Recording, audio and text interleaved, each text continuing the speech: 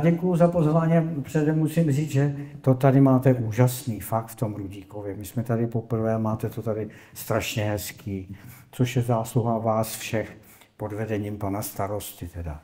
Ale...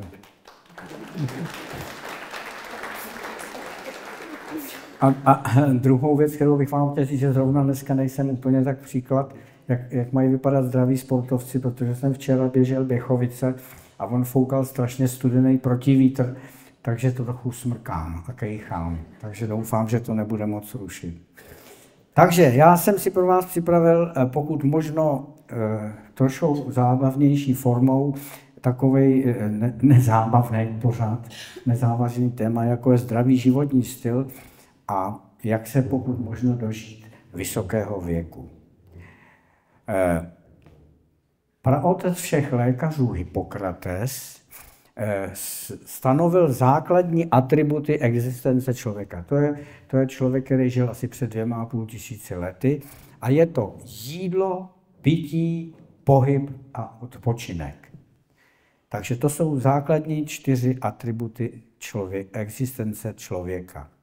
Další moudrost, stejně tak stará, říká, že mládí rozhoduje o tom, jaké bude stáří. Tak, to jsou ty základní teze. Technický a technologický rozvoj společnosti ale zásadně předbíhá takzvanou filogenezi, to znamená rozvoj živočišného druhu. A náš život se v současnosti zásadně změnil v určitých pohledech, co se toho všeho týká. Za prvé máme mnohem víc a snadněji dostupné potraviny, navíc jsou vysoce kalorické. Máme mnohem větší přísun vysokokalorických nápojů. A na druhou stranu, ale máme mnohem menší nutnost fyzické námahy, zvlášť té dynamické fyzické námahy. A zapomínáme taky na ten odpočinek a pořád něco děláme. Výsledkem toho jsou především takzvané civilizační choroby. Mezi ně patří obezita, vysoký krevní tlak, ischemická choroba srdeční, cukrovka druhého typu, ale i mozkové příhody a nádory, zejména zažívacího ústrojí. Takovej typický Čech má takzvaný metabolický syndrom. Má takovýhle břicho, ono to ukazovátko není moc vidět, a má vysoký krevní tlak, je obézní, má cukrovku a výsledkem toho je infarkt myokardu. Tak, co se, když má ten vysoký, teď probereme ty 4 body postupně. Co se děje se srdcem, když máme vysoký krevní tlak? Je to, jako by srdce bylo permanentně ve fitness centru. Protože to srdce je neúměrně namáhané, protože pracuje proti velkému odporu. Zrádné na tom je, že vysoký krevní tlak je onemocnění, které vůbec nebolí. A pokud nechodíte od určitého věku, řekněme od 50 let, na pravidelné kontroly, na preventivní vyšetření ke svému praktickému lékaři, tak vůbec nebudete vědět, že máte vysoký krevní tlak a přijdete na to třeba, až dostanete první infarkt nebo mozkovou příhodu. Protože pro to srdce to není fyziologická námaha, ty svalové buňky zbytní, tak jako vám zbytní bicepsy, a jsou hůř vyživované těmi cévami a jsou náchylnější k ischemické chorobě. Další, co může udělat vysoký krevní tlak, jsou mozkové příhody. Mozkové příhody jsou dvojího typu, jsou to buď to ischemické, kdy vám kousek sraženiny vlítne do mozku, anebo krvácivé. Ty krvácivé jsou podstatně horší než ty ischemické příhody, protože zničí velkou část mozku nenapravitelně. Ty mozkové, ty embolizační takzvané, když vám tam vlítne kousek, když se dostanete včas na katetrizační sál, tak oni to dokážou už dneska rentgenologové z toho mozku stáhnout a zabránit těm těžkým důsledkům. Tak to jsou mozkové příhody. Teď ta obezita. Obezita je definovaná jako zvýšený obsah tuku v organismu. Ale protože je to obtížně měřitelné, i když jsou na to dneska metody, že musíte si sundat boty, stoupnete si na takovou mašinku, rukama se chytnete takových madel a oni vám to nějak změří. Ale jednoduše my užíváme takzvaný body mass index. Ten se vypočítá z váhy a výšky toho pacienta a vidíte, že normální je tak kolem těch 20 kg na metr čtvereční. A pak je nadváha, pak je obezita prvního typu, druhého typu a třetího typu, které se už říká chorobná nebo morbidní obezita. A skutečně to jsou pacienti, když takovej se k nám dostane a má jít na operaci, tak já se ptám, které číslo je výška a která je váha. Protože to skutečně se obtížně rozliší. Tak. Podívejte se, jak ten body mass index má vliv na úmrtnost.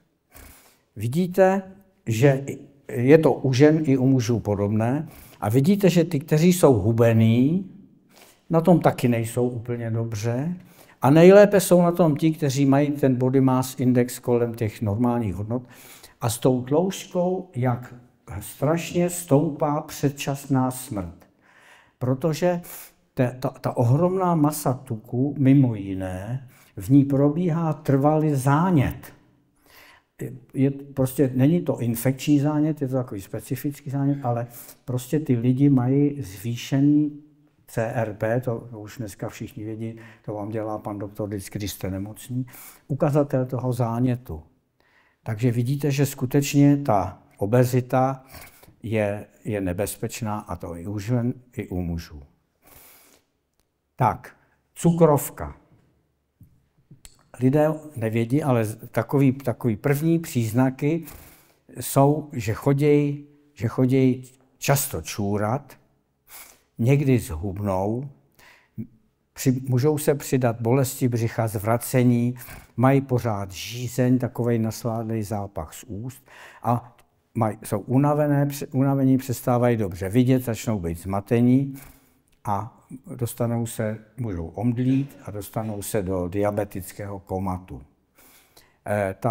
Proč jsem říkal, že to je cukrovka druhého typu? Je to proto, že ne, že bychom neměli inzulín, ale máme sníženou citlivost už na ten inzulín, protože jsme se přejídali sladkých věcí pořád a prostě už na to přestáváme být citliví. Proto je to ta cukrovka druhého typu.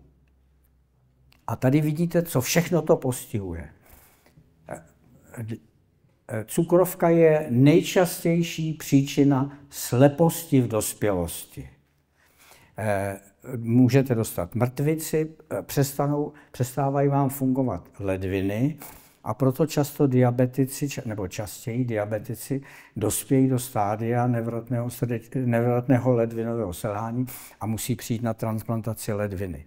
Ale dostanete infarkt myokardu a dostanete periferní zánět nervů, jako třeba pan prezident Zeman, který má diabetickou neuropatii, a víte, jak teda chudák na tom teďka je. No a další věc je, že mu vznikne takzvaná diabetická noha, kdy mu zčernají prsty nebo mu zčerná berec a musí se amputovat noha. Takže ta cukrovka je taky strašně nebezpečný onemocnění. Teď jak k tomu dochází, k tomu postižení těch cév? Na tom horním obrázku vidíte zdravou tepnu, kdy tady je vnitřní výstelka té cévy, která je jednodušeně řečeno nesmáčlivá. Ta zabraňuje tomu, aby ty destičky, krevní elementy, cholesterol a všechno, co tam koluje, aby nevstupovaly moc do té stěny.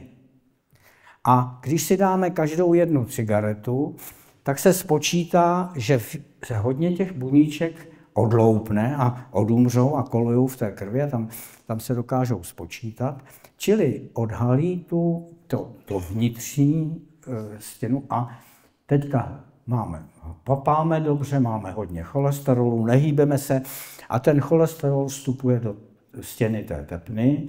Tam jsou zase buňky, monocyty se jmenují, které by to měly odstranit, ale oni na to nestačí, protože toho cholesterolu, ten přísun je strašně velký a začnou se vám tam dělat takové tukové pláty, které potom se nahromadí, zvápenatí časem a potom prasknou a dojde ke krvácení do toho plátu a uzavře tu věnčitou tepnu.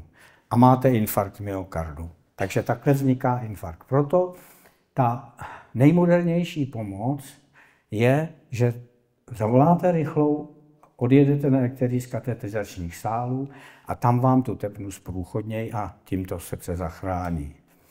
To je léčebná metoda nejmodernější, kterou skutečně dala česká kardiologie celému světu, protože u nás se už léta všechny infarkty, pokud zavoláte včas, takhle léčí.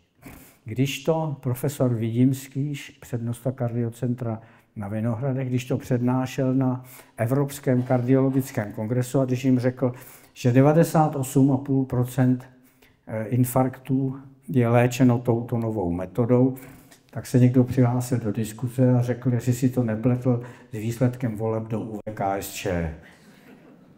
Ale protože tehdy na západě tomu nechtěli věřit a nebyli ani schopni to zorganizovat, to už dneska trošku umějí. Tak, jak vypadá infarkt, všichni víme. Tady takhle se vám změní EKG, tady tenhle ten úsek, který by měl být tady, je tady nahoře. To se jmenuje takzvaná Pardeho vlna a hlavně ty příznaky jsou taková ta bolest. Jestliže přijde ke mně pacient a řekne, já mám infarkt, já říkám, a kde vás to bolí? On řekne, tady. Tak to nikdy není infarkt. Když máte takovouhle bolest, kterou takhle můžete lokalizovat, tak je to od mezižeberního nervu nebo od páteře. Ta bolest infarktu je taková nepřesně lokalizovatelná, která je tak v celém, máte pocit takové tísně a vyzařuje do dolní čelisti a do malíkové hrany levé horní končetiny. Tak vypadá typická anginózní bolest a pokud trvá déle než 10 minut, 15 minut, tak už je to podezření, že to není angina pectoris, to je předzvěst infarktu, ale je to už infarkt. Takže skutečně nemá cenu si říkat, že mě to do rána přejde, protože pak už se to srdce nedá zachránit, protože jak je to déle než 6 hodin od začátku těch bolestí, tak už je ten sval poškozený a už ho neopravíme. Tak, a teď co s tím? Teď jste vystrašení všichni, že jo? A teď ale co s tím? Máme řadu možností, jak léčit to nemocné srdce.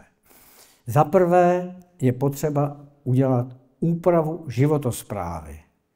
Režimová opatření, to znamená, že budete mít stabilní pracovní dobu, že se nebudete rozčilovat, že budete dostatečně spát a budete dělat takzvanou kardiorehabilitaci, to je takové cvičení pro lidi s nemocným srdcem.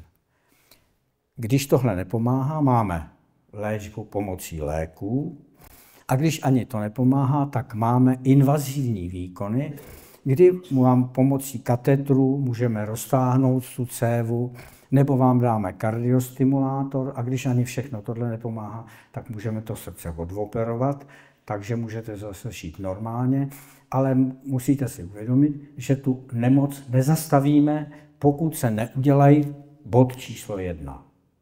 Jo? Tak. měl jsem vám říct, kdy se srdce musí vyměnit. To jsem dostal od pořadatelů tuhle otázku, abych vám odpověděl. Srdce se vymění tehdy, když už ty ostatní možnosti, o kterých jsem mluvil, jsou vyčerpány, anebo už je nelze použít, protože je to srdce příliš nemocné. Čili je to poslední, co můžeme udělat, když už to jinak nejde. Pardon. A taky jsem měl odpověď na otázku, jak je možné, že může dostat dítě zánět srdečního svalu. Zánět srdečního svalu může být neinfekční, ale může být infekční. Takže to dítě to může dostat stejně tak, jako to může dostat dospělý člověk. To nesouvisí s nějakou nemocí, které to srdce jinak má, ale když je to zánět srdečního svalu, může dostat zánět chlopně, třeba když má vrozeně nenormální tu chlopeň.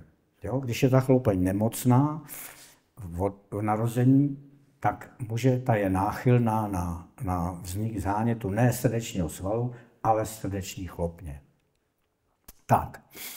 A teďka otázka, když teda takhle jsme si říkali o tom léčení, tak hlavní je, lze srdečnímu onemocnění předcházet? Ano. Srdečnímu se dá předcházet a to je to nejrozumnější, co můžeme udělat, protože jsme mnohem zdravější a je to mnohem levnější pro společnost. A základem toho je zdravý životní styl. Teď, co to je zdravý životní styl? Teď se vracím k tomu začátku, že jsou změny poměru a obsahu životních aktivit. První bylo, že se zvyšuje dostupnost kaloricky vydatné stravy a pití. Máme strašně veliký přísun živočišných bílkovin a tuků. Má na rozdíl od rostlinných bílkovin a tuků, kterých máme nedostatek. A stejně tak máme nedostatek vláknin a máme strašně vysoký příjem vysokokalorických nápojů. Silné pivo, sladké nápoje. Co to je přiměřené stravování? Mojžíš od Boha ve těch deskách dostal, v první knize Mojžíšově se píše, všecko, což se hýbe a jest živo, bude vám za pokrm. Jako i bylinu zelenou dal jsem vám to všecko. Čili už kniha stará 4,5 tisíce let věděla, že člověk je všežravec. Takže vlastně veganství je hřích.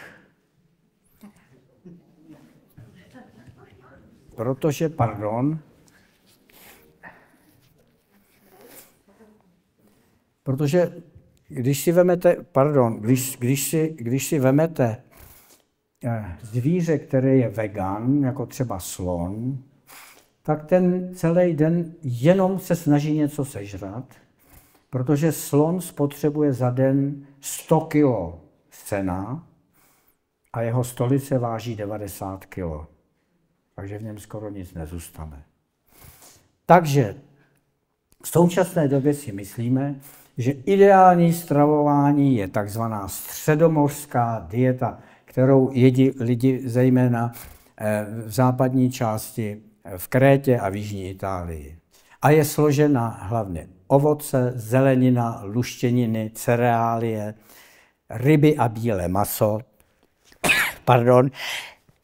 a přiměřené pití červeného vína k jídlu. Tím získáme výrazné snížení rizika časného úmrtí, srdečně cévních onemocnění, ale i rakoviny tlustého střeva, vysokého krevního tlaku, ale i Parkinsonovy a Alzheimerovy choroby. A je to úspěšná strategie zdravého hubnutí.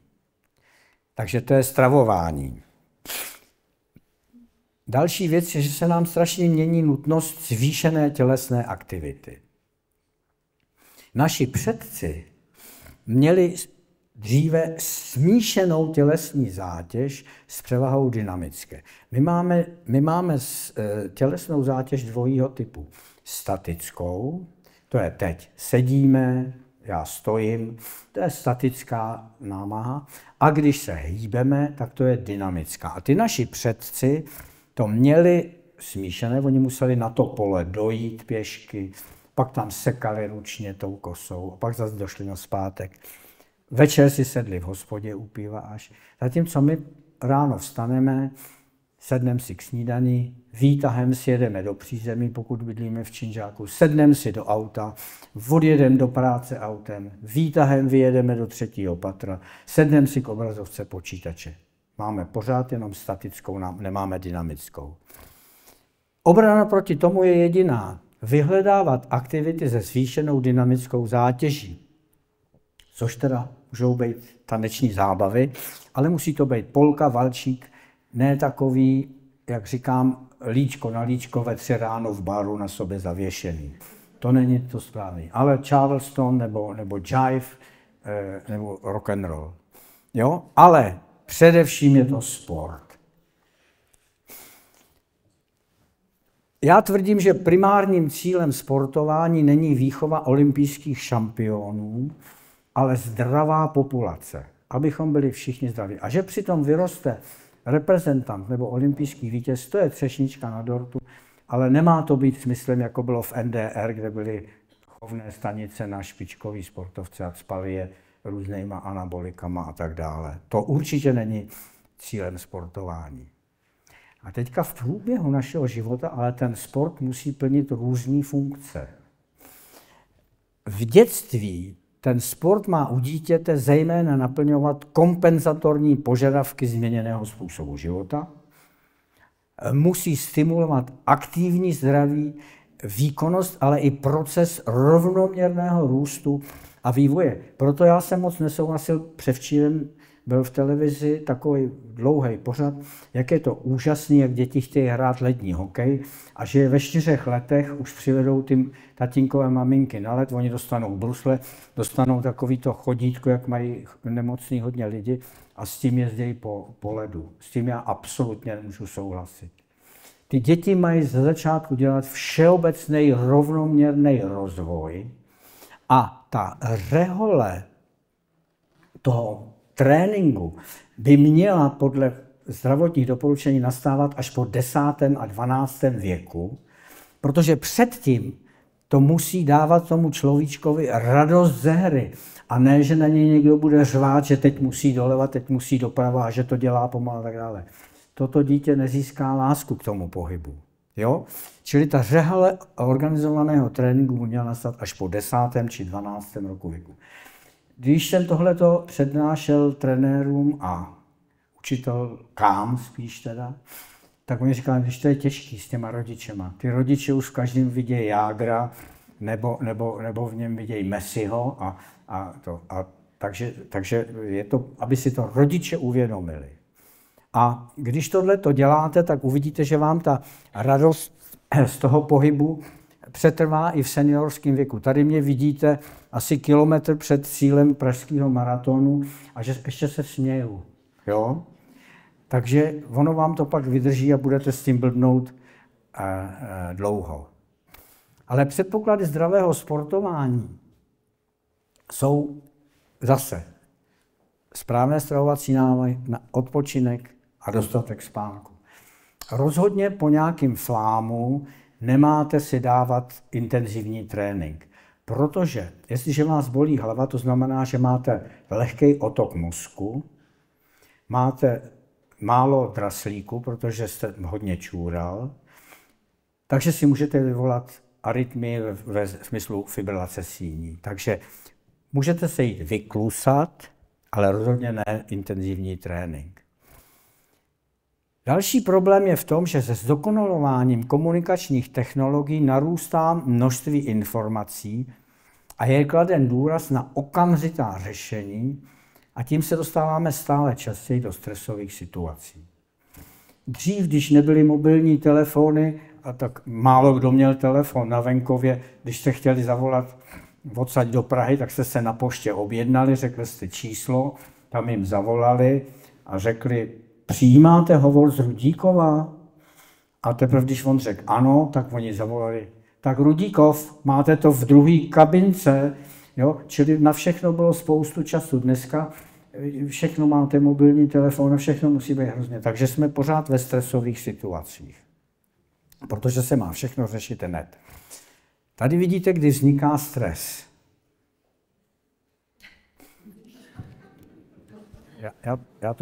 Já toho využiju, abych se... Děkuji.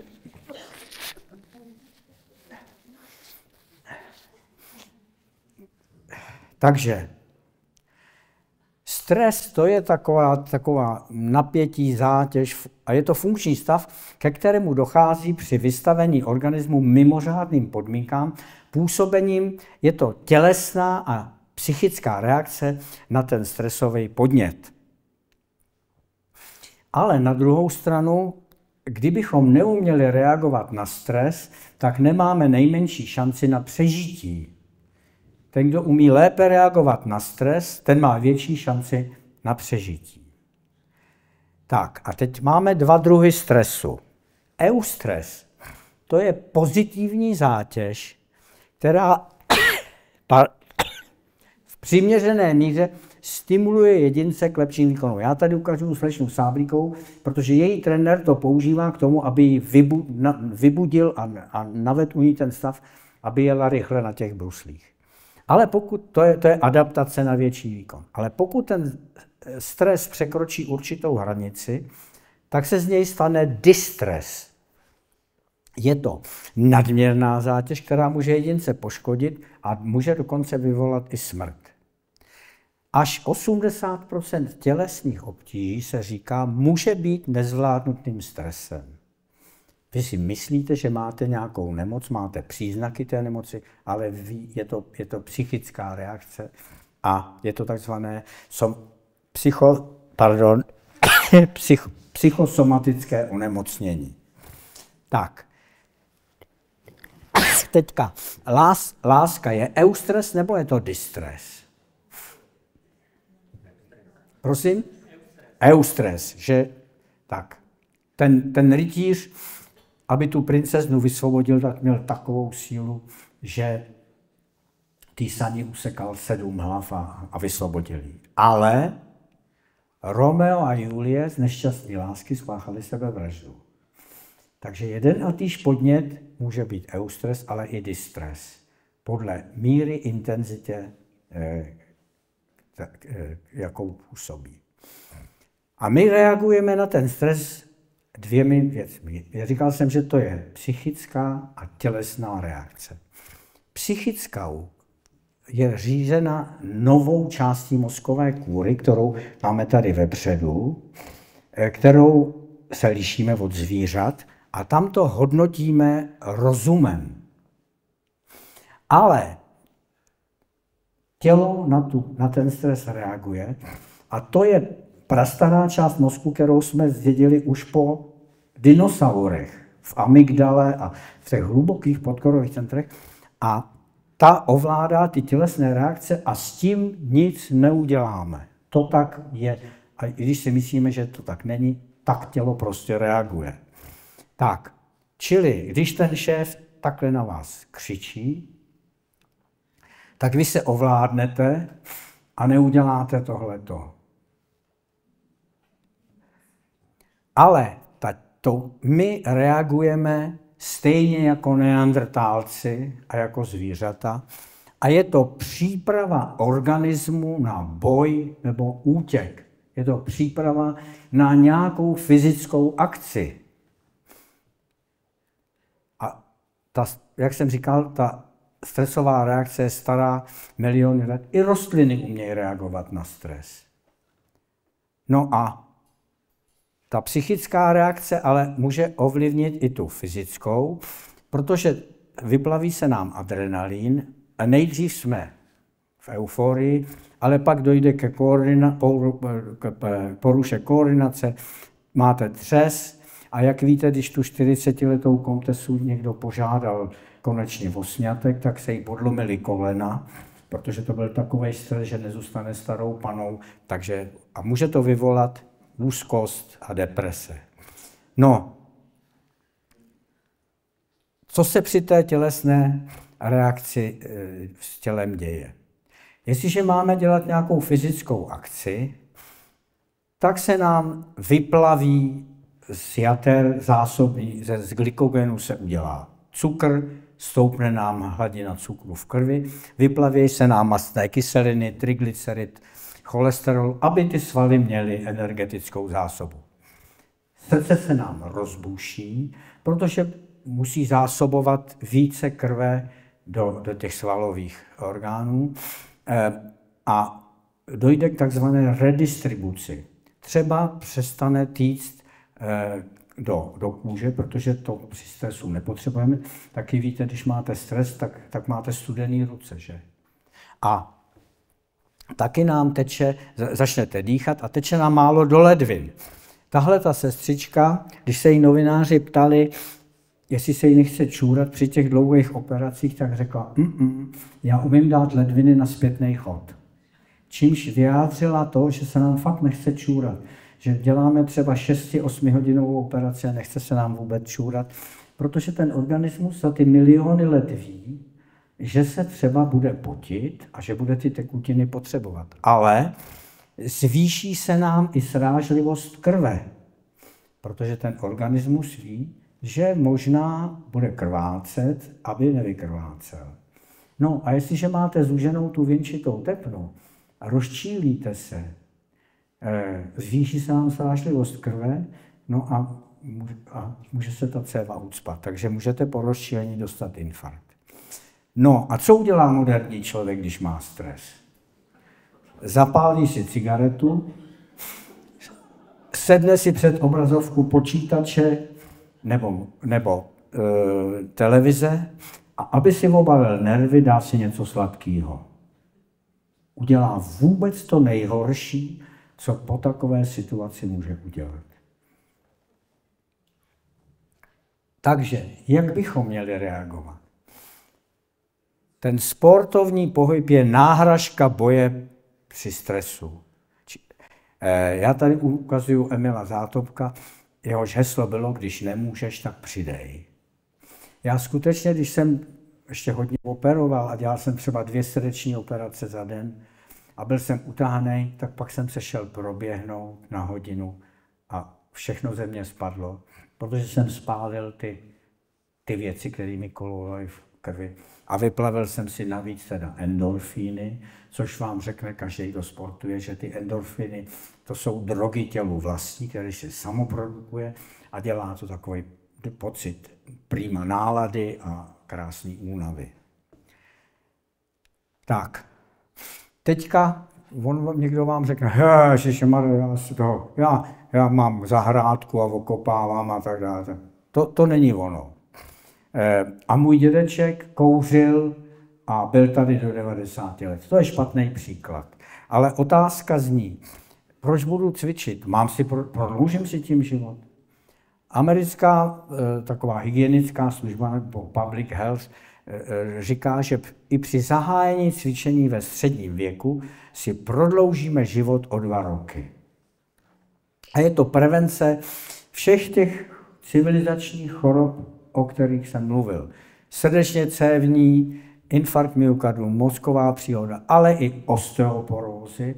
Zvlášť dámy jsou náchylné po menopauze na osteoporózu a žádný hormony, nic jiného nepomůže, než ty kosti a klouby zaměstnávat. Ale i depresí a tak dále, a tak dále.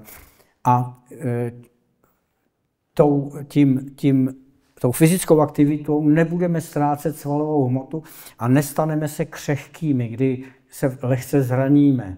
Čili každopádně si prodloužíme tu aktivní část života o 10 až 20 let. To znamená, že v tom pokročilém věku dokážeme dohonit tramvaj, nebo dojdeme pěšky do 3. patra, když nejede výtah. Čili říkáme, že pohyb nepřidává léta k životu, ale život létům. A o endorfinové závislosti jsem vám říkal. Takže jedna žena, která tady s váma sedí, za kterou už jsem 54 let, tak tady já nemůžu z nějakého důvodu, jako třeba teď, když mám rýmu a nepůjdu běhat, tak když je to pár dní, tak mi řekne, běž se proběhnout, jsi nesnesitelný. Tak. A teďka, jaký je teda doporučení pro dospělí lidi? Aerobní cvičení 30 až 60 minut 5krát týdně.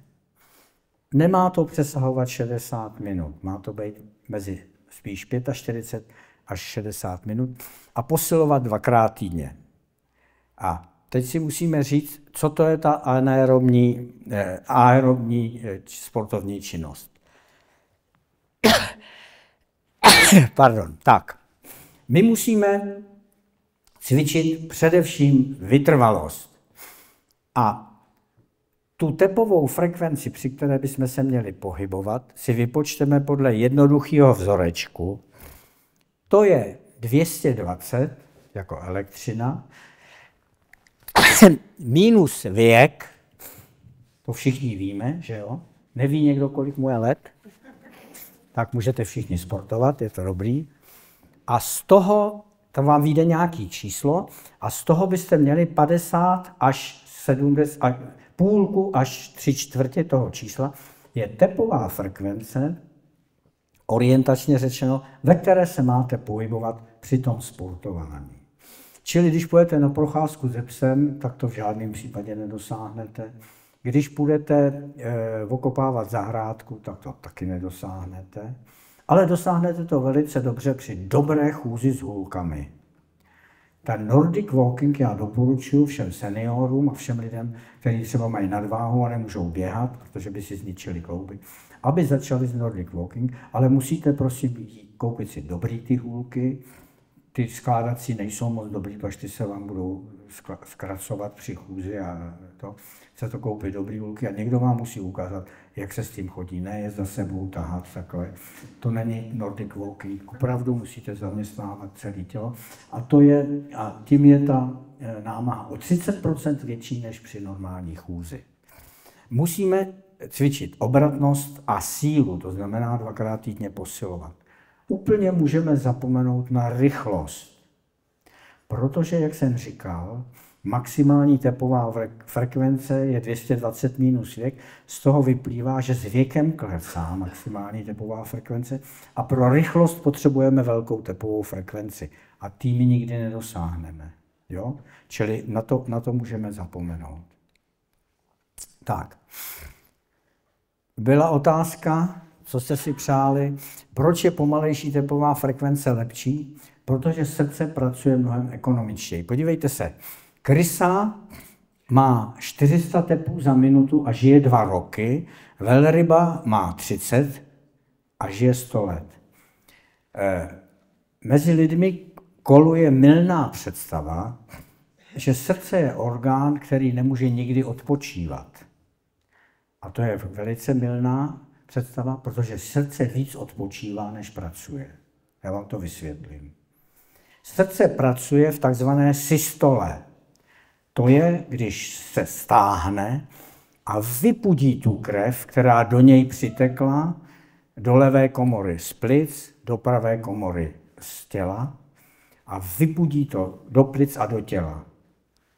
Pak se povolí a odpočívá, aby do něj mohla znovu natýct další krev. A ta diastola je delší než systola. A čím je ten tep pomalejší, tak z toho vyplývá, že ta diastola je ještě moc delší. Protože systola je vždycky stejná, to musí vypudit. Ale diastola je potom delší. Takže možná proto ta velryba žije tak dlouho. A ukázalo se při jednom výzkumu, když ve Francii zkoumali, jak dlouho žili cyklisti, kteří aspoň jednou absolvovali Tour de France. A ukázalo se, že žili déle než jim odpovídající nesportující populace. Takže možná, že něco na tom je. Tak. A tady je ta, to jste taky, čili ta tepová frekvence předpovídá immortalitu u zdravých lidí. Předpokládaná optimální frekvence je 50 až 70 tepů za minutu a u trénovaných sportovců se snižuje klidová frekvence a my máme ještě modernější způsoby, jak měřit a teď se ukazuje, že dobrá je ta tepová rezerva. Tepová rezerva je rozdíl mezi klidovou tepovou frekvencí třeba v noci, když spíte, a mezi maximální tepovou frekvencí. A čím větší máte ten rozdíl, tím to vypadá lépe. Další, co mám odpovědět, je otužování. Pravidelné otužování posiluje imunitu, ale i psychickou odolnost a pomáhá i odbouráváním stresu. Ale tak jako všechno má svoje pravidla, tak i otužování má mít svoje pravidla. Za prvé, ne každý člověk, i když se bude otužovat, dokáže 26. prosince plavat ve Vltavě. Tak jako ne každý člověk dokáže zaběhnout maraton pod 3 hodiny, tak je to i s otužováním. Má se začínat za prvé postupně, za druhé, taková zásada je, že když vlezete do té studené vody, tak rozhodně je špatné si napustit vanu studené vody a do ní si lehnout. V té studené vodě byste se měli pohybovat. A ten důvod je ten, že když se hýbete, tak ty svaly, víte, že když běháte nebo něco děláte, tak se zahřejete. Vy potřebujete, aby vnitřek těla nebyl studený, protože když se moc ochladí srdce, tak se zastaví. Čili není dobře si lehnout do studené vody, ale plavat v ní. Stejně tak teda já musím říct, že nedoporučuji při saunování skočit do rybníku nebo do bazénu s ledovou vodou. Já jsem viděl při jedné studii, kdy to kontrolovali, ten člověk, když skočí do toho ledového bazénu, tak mu byl naměřen nejvyšší krevní tlak, jaký vůbec kdy byl u člověka naměřen. A to si myslím, že může vést i ke komplikacím, že vám praskne nějaká céva v těle někde, pokud není úplně zdravá. Čili já jsem přesvědčen o tom, že by měli lidi jít jenom pod ledovou sprchu při tom saunování. Tak, tady je to znova začátek domácího otužování. Lehký kontakt se studenou vodou, studená sprcha. Nevhodné lehnout si do vany a vhodné při otužování se hýbat. Vidíte, že my to na horách děláme taky tak. To jsem teda já, v těch spotkách tady a přede mnou je jeden vnuk. My máme tam takovou velkou terasu v Krkonoších a tam takovéhle věci provádíme. Tak, příjem tekutin. V horku bychom se měli napít každých 10 až 20 minut. Ale zase prosím vás, to, jak dneska mladí lidi chodí po městě a musí nosit PET láhev, to je reklama těch lidí, kteří vyrábějí ty balené vody, aby to lidi kupovali. To je úplná blbost, to je nesmysl. Když slyšíte nějaké takovéhle doporučení, tak si zkuste zamyslet nad tím, kdo asi to platil, ten článek nebo ten výzkum. Jo? Přece, když jsme byli kluci, tak jsme hráli fotbal celý odpoledne někde na louce a napili jsme se pak večer. A ne, že musíme mít pořád to, takže chce to brát to s rozumem. Na druhou stranu zajímavý ukazatel je, že při maratonu, když je horko, víc lidí je odvezených na jednotky intenzivní péče, protože se přepili, než že se nedopili. Protože když hradějí jenom vodou, tak si strašně naředějí sodík v krvi a dostanou edém mozku. Takže to je zajímavý ukazatel, že ty lidi to přehánějí. Tak prostě byla jedna studie udělaná. Teďka říká se, že alkohol má špatný vliv na výsledek tréninku. Tohle je výsledek studie ze Spojených států a z dalších, kde měli 2 skupiny lidí, kteří chodili na kruhový trénink. Tady, kdo sportuje, tak ví, co to je kruhový trénink. A jedna parta ztrátu tekutin doplnila nealkoholickým pitím a druhá skupina to doplnila pivem. A ukázalo se, že ani ta skupina, která pili to pivo, měli stejné zlepšení svojí výkonnosti po určitých týdnech tohoto tréninku, jako ty, kteří pili jenom vodu nebo nějaké nealkoholické pití. Takže já stále tvrdím, a tady mě vidíte v cíli triatlonu, že jsem si skutečně teda doplňoval pivem. Protože i když teďka vám budou říkat, že ne, já považuji pivo za nejlepší ondový nápoj po sportu. Když je ta ztráta velká, tak by měl člověk vypít trochu té vody a pak si může dát pivo zcela určitě, protože pivo obsahuje bílkoviny, vitamíny, cukr, výživu a v desítce toho alkoholu není moc. A nebo si může dát bezalkoholový. Tak, teď ten odpočinek. Víte, že původně teda šábes podle starého zákona začíná v pátek se západem slunce a končí v sobotu, což je 7. den v týdnu, protože stvoření světa začínalo nedělí, ale křesťani to předělali v knize Markově, to souviselo se vzkříšením, když přišli apoštolové ke Kristovi a teď mu říkali, kolik obrátili bezvěrců na víru a co všechno udělali a jak se namakali, tak on jim řekl, pojďte i vy někam na opuštěné místo a trochu si odpočiňte. Čili ten odpočinek je součást našeho života.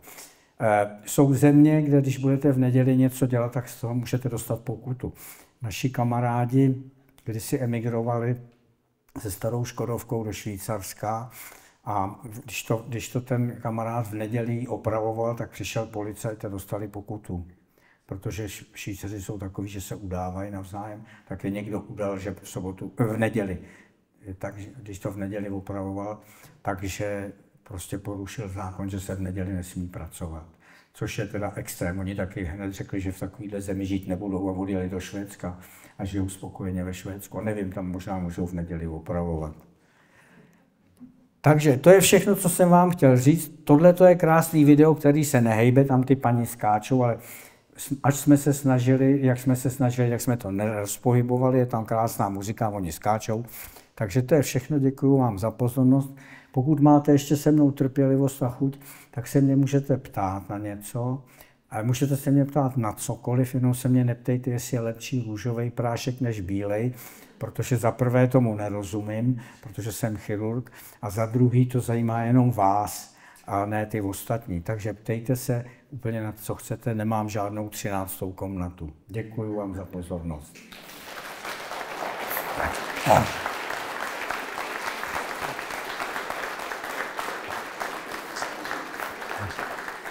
Až by z toho přešla ta rýma, to je zajímavý.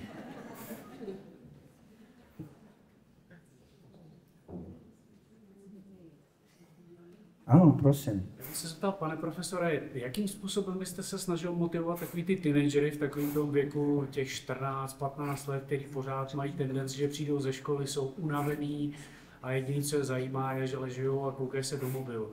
Jakým způsobem byste se snažil namotivovat k tomu, aby se začal hýbat?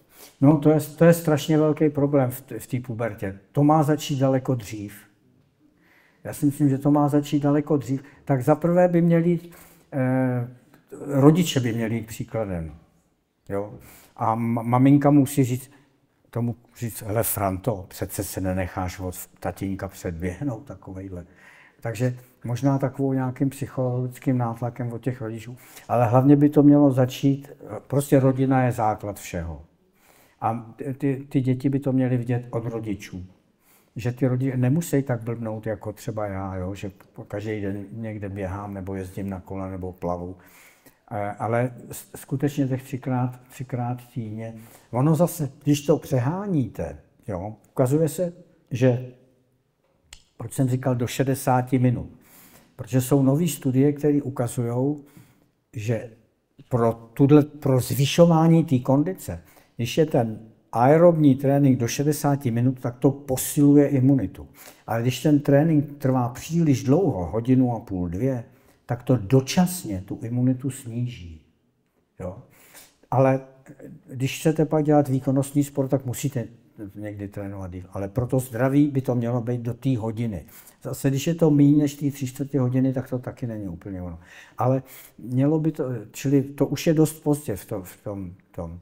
Takže my máme 7 vnoučat a vlastně všechny sportujou a začali od malička. Strašně dobrý je plavání.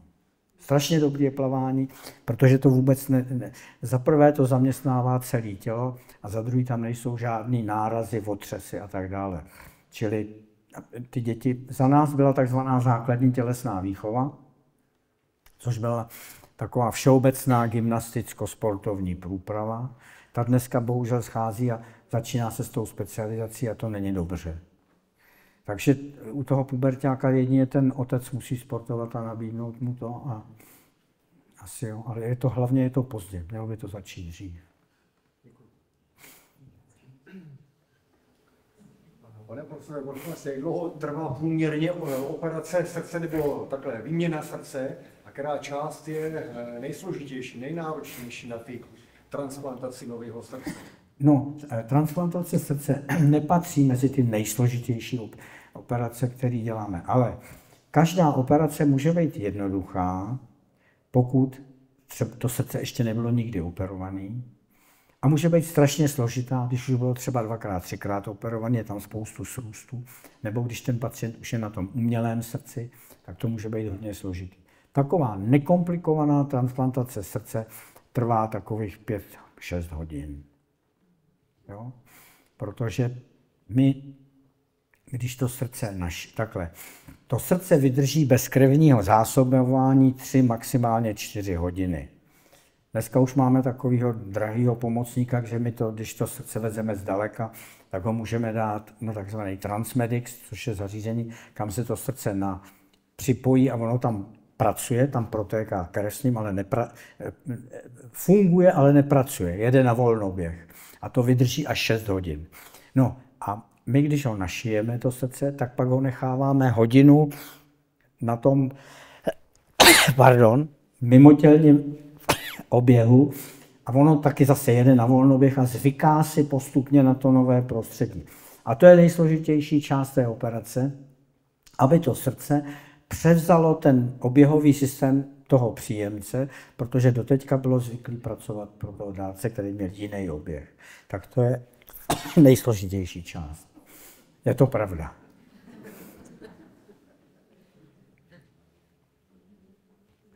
Tak pokud, ano. Já bych měl jednu otázku, ona týká se přímo této přednášky a chtěl bych vědět váš názor, co se týče umělé inteligence v medicíně. Jak to vidíte ohledně nějaké predikce, vůbec postavení lékaře a umělá inteligence do budoucna? No tak já momentálně mám s tou umělou inteligencí ty nejhorší zkušenosti, protože možná, že se někdo z vás setkal na internetu s mými rozhovory na prodej léku Tonerin nebo něco podobného, což je celý úplný podvod. Já jsem v životě nic takového nikdy neřekl. V životě zaplať pánbůh, teď dneska mi někdo volal, že byla na internetu moje fotografie s prostřelenou hlavou, že mě zavraždili. To všechno dělá umělá inteligence. Já jsem se ptal, a už to je, že i mluvím. A já už mám svého poručíka na kriminálce a řešíme to se nedá zastavit, to je šílený úplně. A on mi poslal i videa, kde pan prezident, ale i pan Babiš a Dominik Hašek vás zvou, abyste u nich investovali do investičního fondu, že mají investiční, a takhle mluvím, máme investiční fond, nebojte se, investujte 8,5 tisíce, budete vydělávat 170 tisíc měsíčně a nebojte se, a když to říká prezident, no to je šílený, to věřím tomu, že tomu důvěřili lidi podlehnou. A tohle to všechno dělá umělá inteligence a on mi říkal, no to není problém, stačí, když oni si napíšou váš projev a řeknou jim, kdo jste, oni se podívají na nějaké vaše vystoupení a říkal, za 3,5 minuty to mají hotový. Tohleto. To je úplně šílený. Bohužel atomová energie byla vynalezena z jiných důvodů a moc nám pomáhá, ale na druhou stranu taky je z ní atomová bomba. A já si myslím, že to též bude s tou umělou inteligencí. Teď momentálně už já se bojím čemukoliv věřit. Protože skutečně to jsou, ono, když se na to hodně zaměříte, tak zatím ještě já poznám, že to nejsem já. Ale kdo mě nezná, tak to nemusí vůbec poznat, že jsem takovýhle nesmysly já nikdy neřekl. Takže je to. No a já si myslím pořád, víte, že medicína, latinsky se říká ars medicinae, umění medicíny. To, že někdo vystuduje medicínu na červený diplom, vůbec neznamená, že bude výborný doktor. Protože vy musíte, když ten pacient přijde, jemu nestůně jenom to srdce, on stůně jako osobnost, jako celý. A to ta umělá inteligence neví. A vy se musíte, ten pacient nemůže se dostat na stejnou úroveň s vámi ve znalostech medicíny. Ale vy se musíte dostat na stejnou úroveň jeho. Vy se musíte s ním dojít k souznění. Vy musíte zjistit, odkud je, co dělal, než šel do důchodu, co jsou jeho koníčky třeba. A začít se bavit s ním o těch jeho věcech, aby k vám získal důvěru. A tohleto ta umělá inteligence zatím neumí. A doufám, že ještě než půjdu do důchodu umět nebude, že to nebudu muset používat, protože vy se s tím člověkem musí získat vaši důvěru. On dá doslova svoje srdce vám do rukou a nemůže vás přes ně plácnout, tohle to nedělej, dej ten stech jinam. Takže k vám musí mít důvěru a musí na tu operaci jít a věřit vám, že to uděláte určitě dobře. A vy to uděláte dobře. Protože když máte VIP pacienta a chtěl byste to dělat nějak jinak, tak to můžete udělat jedině hůř, protože každému pacientovi to děláte nejlíp, jak je pro toho daného pacienta možný. Takže já zatím jsem dost s tou umělou inteligencí skeptický. Než jsem udělal doktorát věd, to bylo strašný práce, schánění literatury, studování. Dneska vám to napíše umělá inteligence. Já musím teda říct, že nedávno jsem vrátil, oni to poslali znova, že já to budu muset, už jsem to 2krát vrátil, článek, který jsem na první pohled viděl, že jim to napsala umělá inteligence. Takový blábol strašný, jsem jim to vrátil. A oni mi to poslali, že to budu muset přečíst znovu. To jsem ještě děkuju, že jste se mě na to zeptal, protože já bych na to zapomněl, že jim to mám. Protože opravdu jsem jim řekl, že to nebudu číst, že to psala umělá inteligence. Jo? Takže, ale na druhou stranu asi to moc pomáhá a možná, že, jak se říká, dobrý sluha, ale zlej pán, nebo tak nějak. Pane profesore, vy jste prosím vás procestoval hodně pracovišť ve světě zdravotnických. Jak hodnotíte v rámci celého světa úroveň našeho zdravotnictví? Prosím vás, já bych takhle. Já se troufnu mluvit jedině o svém oboru, protože jinak si myslím, že to české zdravotnictví obecně není dobrý. Jo? Protože se setkávám stále s tím, že někde prostě nemůžou dostat, není lékař jeden onemocněný a není kdo by mu napsal léky, který on nutně potřebuje. Někde je těžce dostupná ta péče.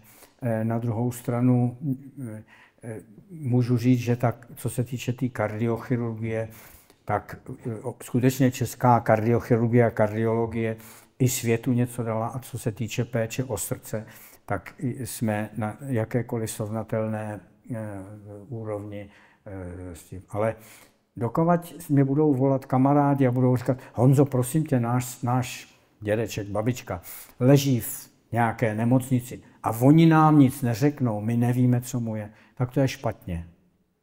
Protože je povinnost, aby ta rodina, každý pacient dá, komu se mají dávat informace, má heslo a ta rodina by měla být informovaná, že ten jejich dědeček je na tom tak a že budeme s ním plánovat a budeme mu dělat tohleto a tak dále. A dokud se takovéhle věci, tak nebude něco v pořádku. Čili já nemůžu říct, že to zdravotnictví je špičkový. Na druhou stranu si myslím, že i když se nám zdá, já taky musím doplácet na léky, já si léčím vysoký krevní tlak a musím si kupovat léky jako každý člověk, i když asi platím víc, protože mi občas pojišťovna něco vrátí. Takže, ale stejně přispíváme na to zdravotní péči méně procentuálně než v některých zemích. Tady se dává na zdravotní péči 7,2% z HDP. Ve Spojených státech se říká, podívejte se, ve Spojených státech se dává na zdravotní péči 14%. Ale je tam 7% od státu a 7% ze soukromých zdrojů. Čili tam ty lidi doplácejí mnohem víc než u nás. Jo? Takže budeme se asi muset smířit s tím, že teda zaprvé se v tom zdravotnictví spotřebuje jakékoliv množství peněz, který do něj přiteče. To tak prostě je. VZP proplácí i léky, u kterých vědeckou metodou nebyla prokázaná účinnost. Řada z nich je proplácena. Jako třeba to ježdění do lázně, já mám kolegu, který pracuje na Maltě a u nás, a já si myslím, ale že to je správný, jo, že lidi po operaci srdce můžou jet do lázní, které jsou jako rehabilitační ústav, na 4 týdny na rehabilitaci. A on mi říkal, ježišmarja, to se proplácí? Já říkám, jo. On říkal, víš, co by se stalo na Maltě, kdyby někdo chtěl jít do lázní po operaci srdce a pán řekl, poslali by ho do blázince, že se zbláznil, že něco takového není možné, aby se na Maltě proplatilo. Neříkám, že to je správně, ale že na druhou stranu máme tady řadu věcí a máme, víte, takový nesmysly, že praktik může strašně málo. Já mám jednoho známého, který tady vyštudoval, pak emigroval, pracoval v Německu a na důchod se vrátil sem a za rok nebo tak nějak toho nechal, protože říkal, ale já nejsem dispečer, já chci léčit lidi. Protože ten praktik má být základem péče o zdraví lidí. Kardiochirurga potřebuje málo kdo jednou v životě, ale praktika potřebujeme často. A ten by měl mít velký pravomoce. Když pošle ke kardiologovi a ten mu napíše nějaké léky, tak je preskripční omezení, že to může psát jen ten kardiolog. Proč? Když ten kardiolog napíše, že to má užívat rok a za rok přijít na kontrolu, no tak by mu to ten jeho praktik mohl klidně psát a nebude muset jezdit přes půl kraje k tomu kardiologovi, aby mu to znova napsal. Pak těch kardiologů bude potřeba mnohem míň a ten praktik bude, ale jakmile by to psal díl, tak mu to ta pojišťovna neproplatí, když mají počítače. To je všechno, jsou tak jednoduše řešitelné věci. Čili je tady hodně problémů, ano, je tady hodně problémů. Ano.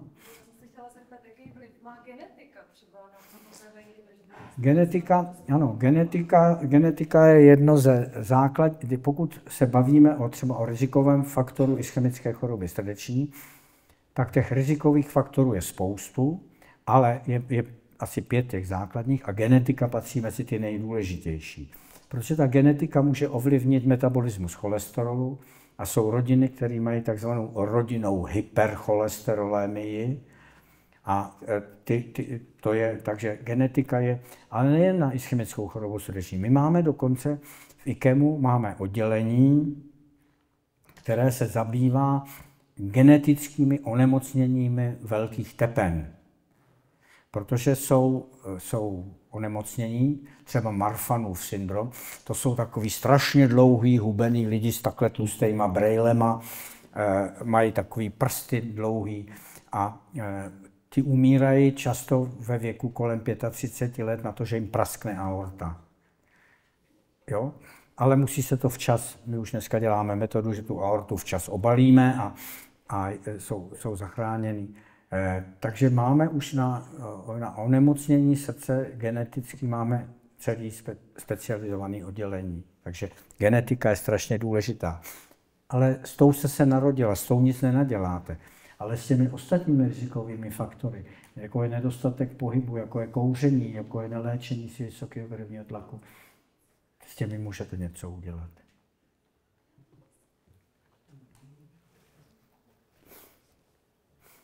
No tak jo, tak já vám děkuji za pozornost a mějte se moc hezky a užívejte si krásného vašeho městečka nebo obce. Pro mě už přijde jako městečko. Tak jo.